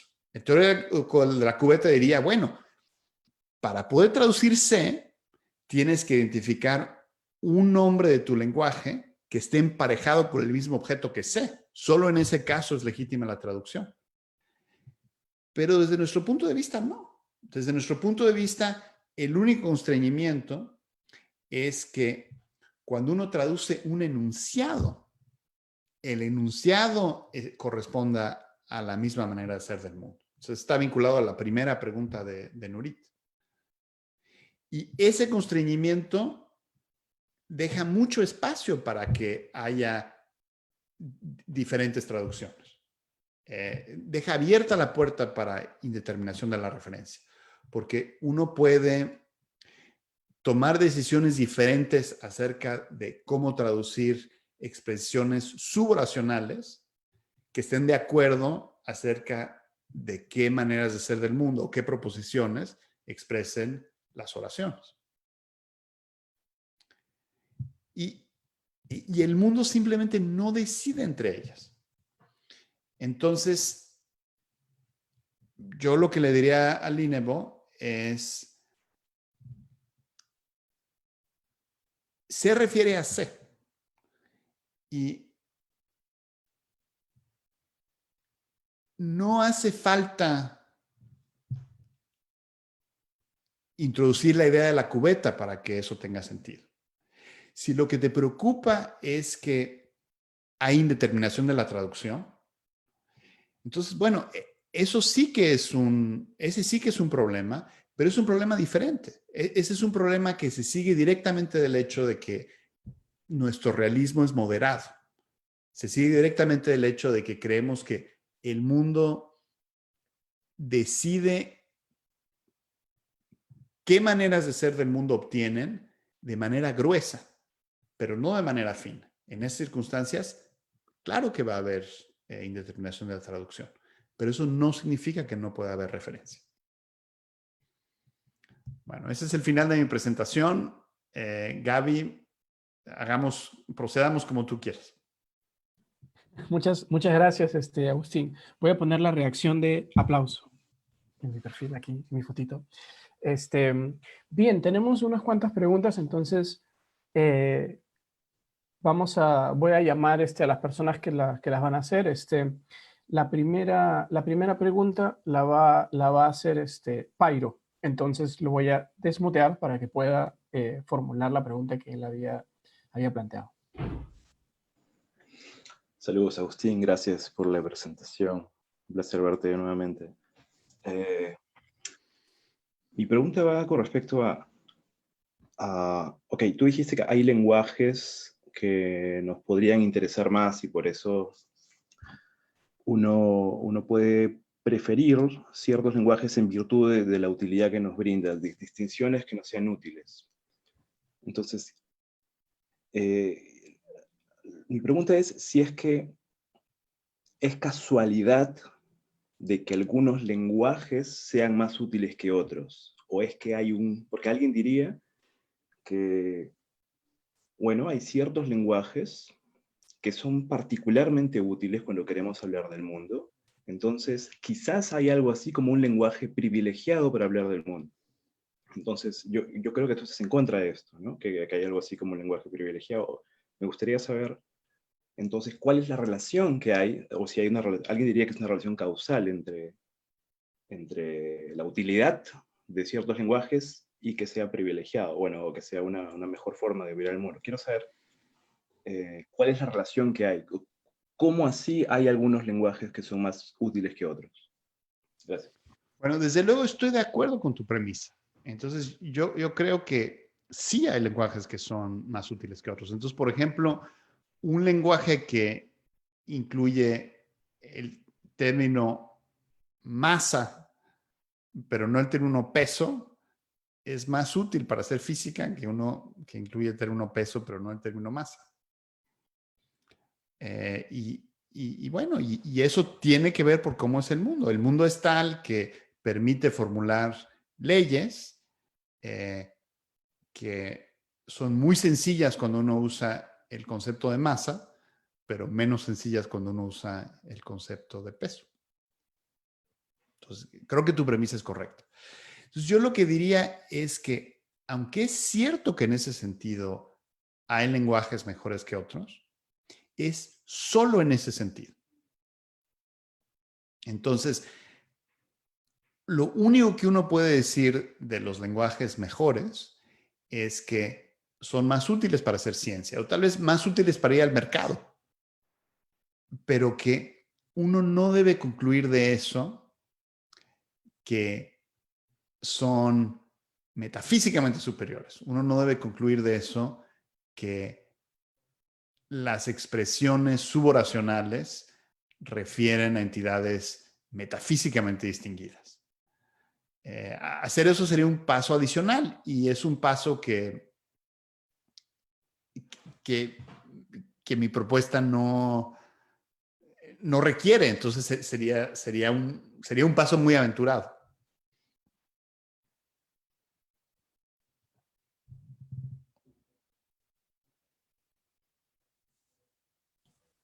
Bien, vamos a pasar a una siguiente pregunta.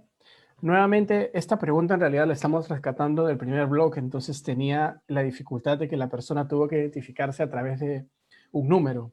No sabemos a lo mejor si es la misma persona que 1, 2, 3 o no, pero yo tendré que formular su pregunta, a ver, veremos si lo hago bien, ¿no?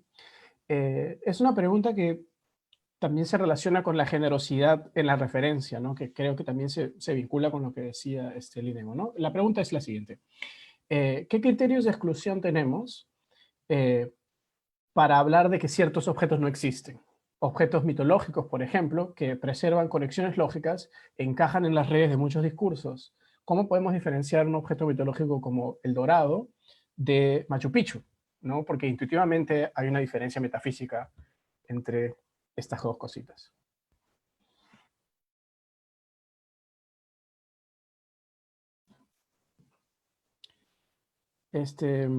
Agustín, parece que no te estamos escuchando, sí. Perdón, no apreté el botón bien. Decía que más vale que podamos hacer esa distinción. O sea, si no se puede hacer esa distinción, la teoría no funciona. Entonces, algo tenemos que hacer.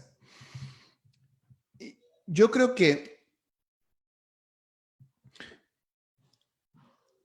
la forma de hacer esa distinción es notando que independientemente de cómo sean las cosas en el español o en alguna otra lengua natural, hay regimentaciones del español que nos permitirían hacer mucho del mismo trabajo que hacemos en el español,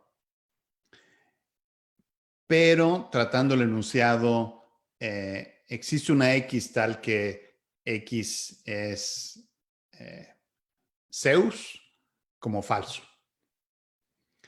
Entonces, podríamos decir, por ejemplo, que de acuerdo con la mitología, existe una X tal que X es Zeus, o que Julián cree que existe una X tal que X es Zeus. Pero ese mismo enunciado lo tratamos falso, o tratamos como falso. Entonces, mi teoría lo que nos diría es que en la regimentación, el término singular Zeus no refiere, mientras que el término singular Machu Picchu sí refiere. Ahora, aquí estoy expuesto a una objeción similar a la que me hizo Eduardo hace rato, que es que estoy hablando de una regimentación. No he dicho nada de cómo funciona en el español. Y no sé bien cómo hacerlo en el caso del español porque, por ejemplo, los nombres de ficción en español son muy difíciles de modelar. Y hay discusión entre filósofos y entre lingüistas acerca de qué hacer. Entonces, por ejemplo, hay personas que creen que Zeus no es un término vacío, refiere a un objeto abstracto que que está en el dominio de los objetos mitológicos, que existen, es solo que no son dioses ni están en el Olimpo. Son más parecidos a los números. Entonces, creo que para poder saber qué hacer con un término como Zeus en español, tendríamos que primero tener una teoría que nos diga si hay que tratar a ese término como un término vacío o no. Y una vez que hagamos eso, entonces podríamos empezar a progresar. Pero la razón por la que creo que es útil el caso regimentado es porque ilustra que mi teoría sí puede hacer la distinción entre nombres que refieren y nombres que no refieren. Es cierto que no sé cómo hacerlo en español, pero es porque el español es muy complejo. Eso no, creo que la culpa no es de mi teoría. La teoría está lista para hacer esa distinción. Pero en el caso del español necesitaríamos trabajo teórico previo para poderlo hacer. Entiendo, gracias. Tenemos otra pregunta que vamos a extraer del primer bloque de Alejandro Matos. Entonces voy a quitarle el mute para que pueda formularla como considere mejor. Sí. Hola, ¿se está escuchando? Sí, muy bien. Sí, ok. Voy a usar la palabra determinismo en un sentido muy, muy laxo en este caso porque creo que no es por ahí por donde estás yendo con tu teoría. Pero bueno, la pregunta sería la siguiente. En tanto que estamos considerando distintas maneras de ser del mundo y cada una de estas maneras de ser del mundo están capturando, digamos, un dominio de mundos posibles que hay adentro. Entonces, eso significaría que, por ejemplo, en esta manera de ser del mundo como lo tenemos ahora, estaríamos excluyendo ciertas posibilidades que están dentro de otras maneras de ser el mundo, pero que sí son concebibles para nosotros, sí podemos pensarlas, precisamente por eso la distinción.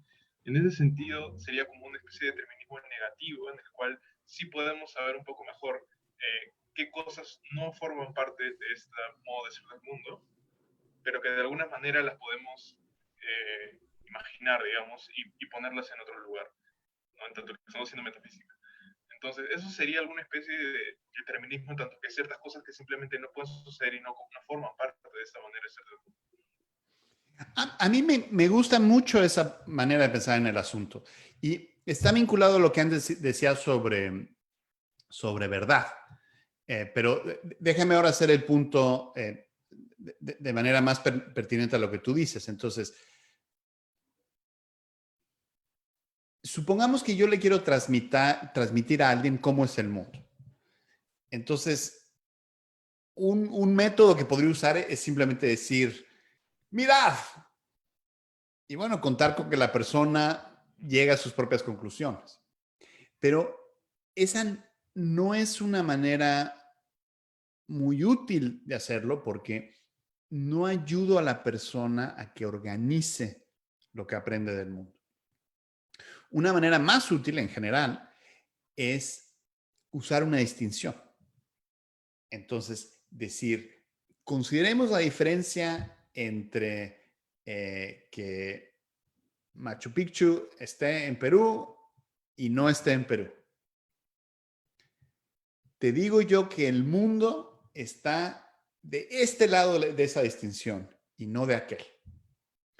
Entonces, lo que hago en ese caso es que no solo le transmito a mi interlocutor cómo es el mundo, sino que le ayudo a organizar esa información porque está todo basado en una distinción y es una distinción que está conectada a otras distinciones. Entonces, está conectada a la distinción de si Machu Picchu está en América o no está en América, por ejemplo. Y tal y como tú decías, esa manera de decirle a mi interlocutor cómo es el mundo está basada en exclusión. O sea, yo estoy haciendo una distinción y le estoy diciendo el mundo no es de esta manera.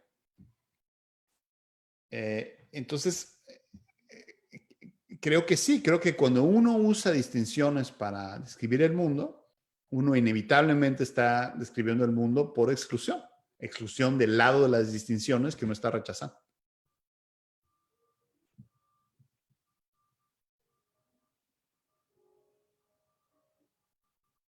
Genial, Agustín, gracias. Ah, sí. No, sí, te escucho, te escucho. Alejandro se veía insatisfecho. Quiero darle la oportunidad de volver a preguntar.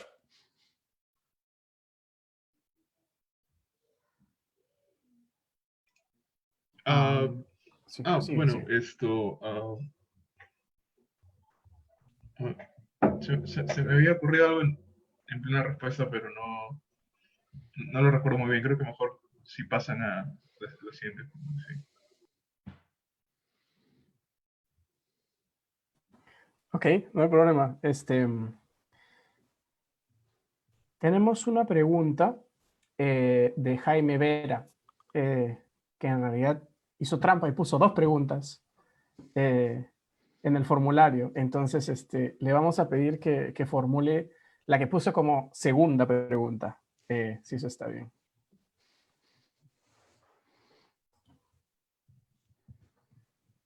Hola, hola, hola Agustín, ¿qué tal? Bueno, en general era sobre el diálogo entre tú, el Linneo y el teórico de la cubeta, ¿no? Y me parece que la segunda pregunta era sobre, no me acuerdo cuál es uno y cuál es dos. Gaby, ¿crees que puedas leer la 2 y sí, claro. pues, La segunda pregunta era relacionado a la concepción de las matemáticas que está en juego en el debate entre Linneo y Agustín, sobre si Linneo desea justificar que los matemáticos descubren o inventan los objetos matemáticos ligeros, mientras que la concepción de Agustín implicaría que las teorías matemáticas son reconceptualizaciones de todos los mundos posibles. Esa es más o menos la formulación que nos habías alcanzado.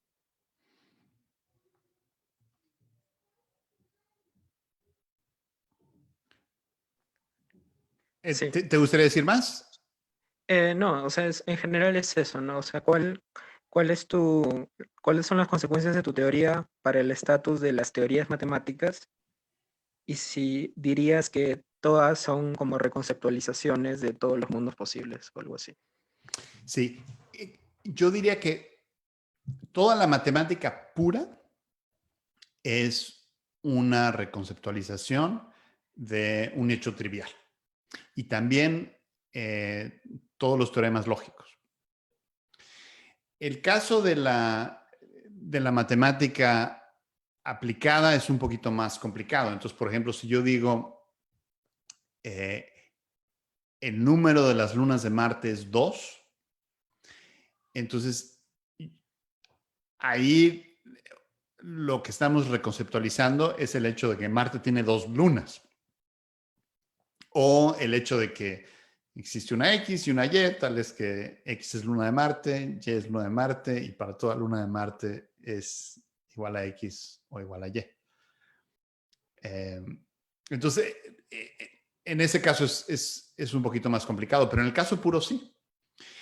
Y en ambos casos, eso nos da una filosofía de las matemáticas epistemológicamente atractiva, porque no nos tenemos que preocupar por el dilema de Benacerraf. Entonces, si alguien nos dice,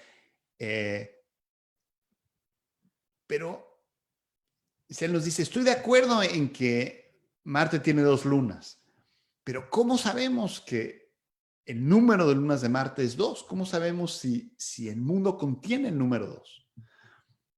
Entonces podemos decir, bueno, es que no hay ninguna diferencia entre esas dos cosas. O sea, si yo ya te había convencido que el número de lunas de Marte, que Marte tiene 2 lunas, ya llegaste a la conclusión, porque esa manera de ser del mundo es exactamente la misma que la manera de ser del mundo de acuerdo con la cual el número de lunas de Marte es 2. Y no tienen que ser ejemplos matemáticos. Entonces, el crítico podría decir, bueno, estoy de acuerdo en que Sócrates murió, pero no estoy seguro de si ocurrió la muerte de Sócrates, porque eso presupone que Dios incluyó eventos en el mundo cuando lo creó. Y entonces podría decir, bueno, para saber si hay eventos, necesitaríamos hacer una investigación metafísica o consultar nuestras intuiciones. En cambio, mi propuesta permite decir, no. O sea, si tú ya concediste que Sócrates murió, no tienes que conceder nada más para estar de acuerdo en que su muerte ocurrió, porque no hay diferencia entre que Sócrates muera y ocurra su muerte.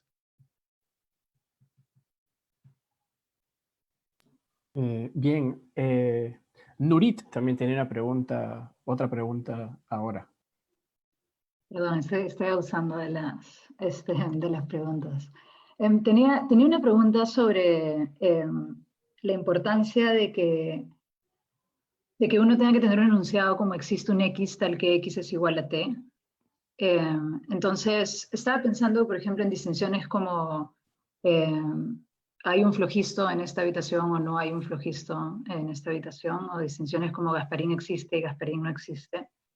Y estaba pensando que en realidad como cuando uno tiene una oración y ya le ha dado condiciones de verdad, eso es más o menos como atarse a que, o sea, uno se está atando a un hecho que yo puedo como decir que acá existe este hecho o no existe este hecho. Entonces, por ejemplo, uno puede imaginar como una persona que escucha ruidos en su casa y siempre que escucha los ruidos dice como Gasparín está en mi casa. Y usa eso para describir el mundo. Entonces, nosotros diríamos como, bueno, que oraciones como Gasparín es un fantasma no son correctas, etc. Pero cuando yo tengo Gasparín está en mi casa, Gasparín en algún sentido sí está como mostrando un aspecto del mundo que sí es correcto, que justamente están habiendo un conjunto de ruidos en su casa. Y de modo similar con Flogisto, quizás no era exactamente lo que pensaban en la época de Lavoisier, pero sí era un fenómeno eléctrico lo que estaba mostrando de esa forma hacer la distinción. Entonces, estaba pensando si más bien, en vez de tener que incluir los enunciados de existencia o no, si lo importante no era que tengas condiciones de verdad lo suficientemente estables para una oración que te permitían decir acá está el hecho, acá no está el hecho. Me gusta mucho ese ejemplo porque creo que resalta un punto importante de mi posición, que es por un lado bueno y por un lado malo. Entonces creo que como es una muy buena manera de saber qué se estaría uno comprando si uno acepta mi posición. Mi esposa y yo tenemos un chiste que hacemos frecuentemente, que es que, eso no sé si existe en Perú, pero en México a veces decimos, no, eso me da ñáñaras. Entonces, por ejemplo, un gusano puede dar ñáñaras. Entonces ella dice eso y yo lo pregunto, ¿qué es una ñáñara? Y bueno, yo cuento con que sea chistoso porque ese uso es incorrecto. O sea, no hay tal cosa como una ñáñara. Solo pueden dar ñáñaras, pero no hay tal cosa como una ñáñara. Entonces, ese es un caso de algo que se parece a un predicado de conteo, pero que no es un predicado de conteo. Y uno podría tener, y tu ejemplo de Gasparín podría funcionar de manera correcta, que en algunos sentidos funciona como términos singulares o en otros no. O podríamos decir que es un término singular que legítimo, pero que como tú decías, no refiere a un fantasma. Bueno, entonces déjame decirte cómo querría yo tratar ese caso.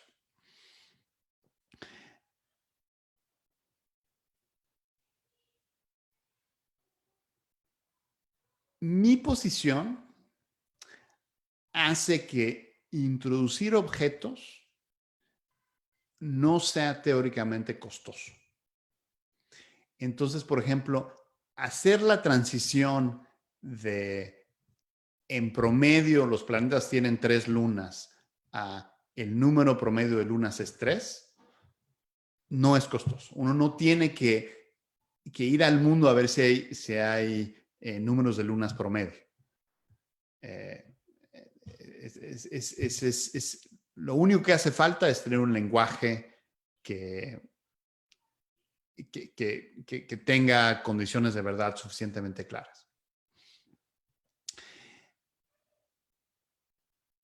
Pero el hecho de que podamos hacer eso no significa que podamos hablar de objetos con las propiedades que nosotros querramos. Entonces, el hecho de que yo pueda nominalizar una expresión, que pueda hablar de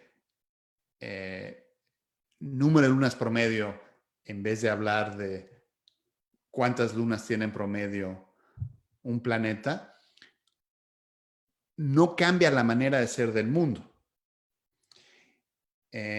Entonces, en particular, por ejemplo, no cambia el número de personas que hay. Entonces, no va a ser cierto decir que el número promedio de lunas es una persona.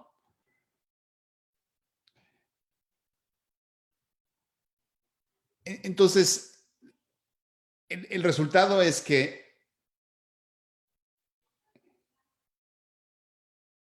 es muy fácil. El resultado es que hay un sentido en el que está constreñida la teoría y un sentido en el que no está constreñida. No está constreñida porque es muy fácil introducir objetos. Para introducirlo, basta con tener condiciones de verdad bien definidas. Pero la teoría está constreñida en que no podemos introducir objetos que tengan comportamientos arbitrarios. En general, si uno introduce un objeto sin identificar algo en el mundo físico a lo que corresponda, va a ser un objeto abstracto, por ejemplo.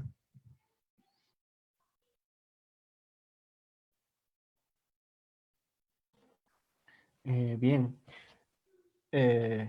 Ahora tenemos una pregunta de Eduardo Villanueva. Vamos a pedirle que se quite el mute para que la pueda formular. Sí, bueno, yo quería preguntarte un poquito sobre tu oponente, es decir, sobre el que defiende la teoría de la cubeta. Entonces, uno podría decir lo siguiente a favor del defensor de la posición de la cubeta. Podría decir, ya entendí, Agustín, tu postura, muy interesante, pero mira lo que pasa fuera de esta reunión nuestra en la que estamos discutiendo tu postura. Lo que sucede es que no solo la gente cree en algo así como una cubeta, la gente común y corriente, sino que filósofos explican la naturaleza usando algo así como una cubeta. Científicos son inspirados a explicar el mundo presuponiendo una especie de cubeta. Y además el lenguaje de la cubeta respeta, preserva las relaciones de implicación, ¿no es cierto? Las oraciones tienen condiciones de verdad, puedes establecer, satisface los requisitos que tú estás diciendo. Entonces, pareciera que, y aquí quería que nos cuentes un poquito más, que en el fondo no es un oponente tuyo el de la cubeta, el que defiende la cubeta. Más bien, alguien podría decir, estás reivindicando la visión de la cubeta. Cumple un rol explicativo, dirige la investigación científica de mucha gente. Entonces, lo que has hecho, Agustín, en efecto, es darnos razones para, o por lo menos, no estás de ninguna manera falseando la cubeta, la estás de una manera un poco extraña, seguramente, pero de alguna manera estás reivindicando justamente al defensor de la cubeta. Entiendo lo que dices, que yo digo, no, es muy importante poder organizar las maneras de ser del mundo que consideramos de ciertas maneras. En particular, es muy importante poderlas organizar como generadas a partir de un dominio. Pero si eso es cierto, entonces tenemos razones para pensar que hay una cubeta. Me encanta ese punto. Yo creo que hasta ahí todo es cierto. Es simplemente cierto. Pero creo que hay elementos de mi propuesta que no sobrevivirían en la transición hacia la cubeta. Entonces, uno es el que discutíamos hace rato, que de acuerdo con mi propuesta, no es costoso introducir objetos. Entonces, la transición de Sócrates murió ocurrió la muerte de Sócrates es absolutamente libre de riesgo. No hay ningún riesgo de que el mundo no coopere con nosotros y que no haya eventos y por lo tanto que sea verdadero que Sócrates murió, pero no que su muerte ocurrió. Y ese es un elemento de mi propuesta que no traduciría bien. Entonces, bueno, tal vez la conclusión es que el teórico de la cubeta podría tomar ciertos elementos de mi propuesta y usarlos como argumentos para la suya, siempre y cuando rechace otros objetos de mi propuesta.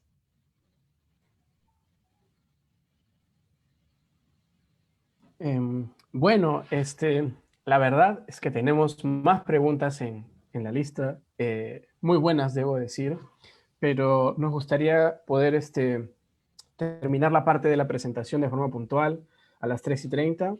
Entonces, primero agradecerte a ti, Agustín, por estar aquí. Voy a poner otra vez el aplausito en las reacciones.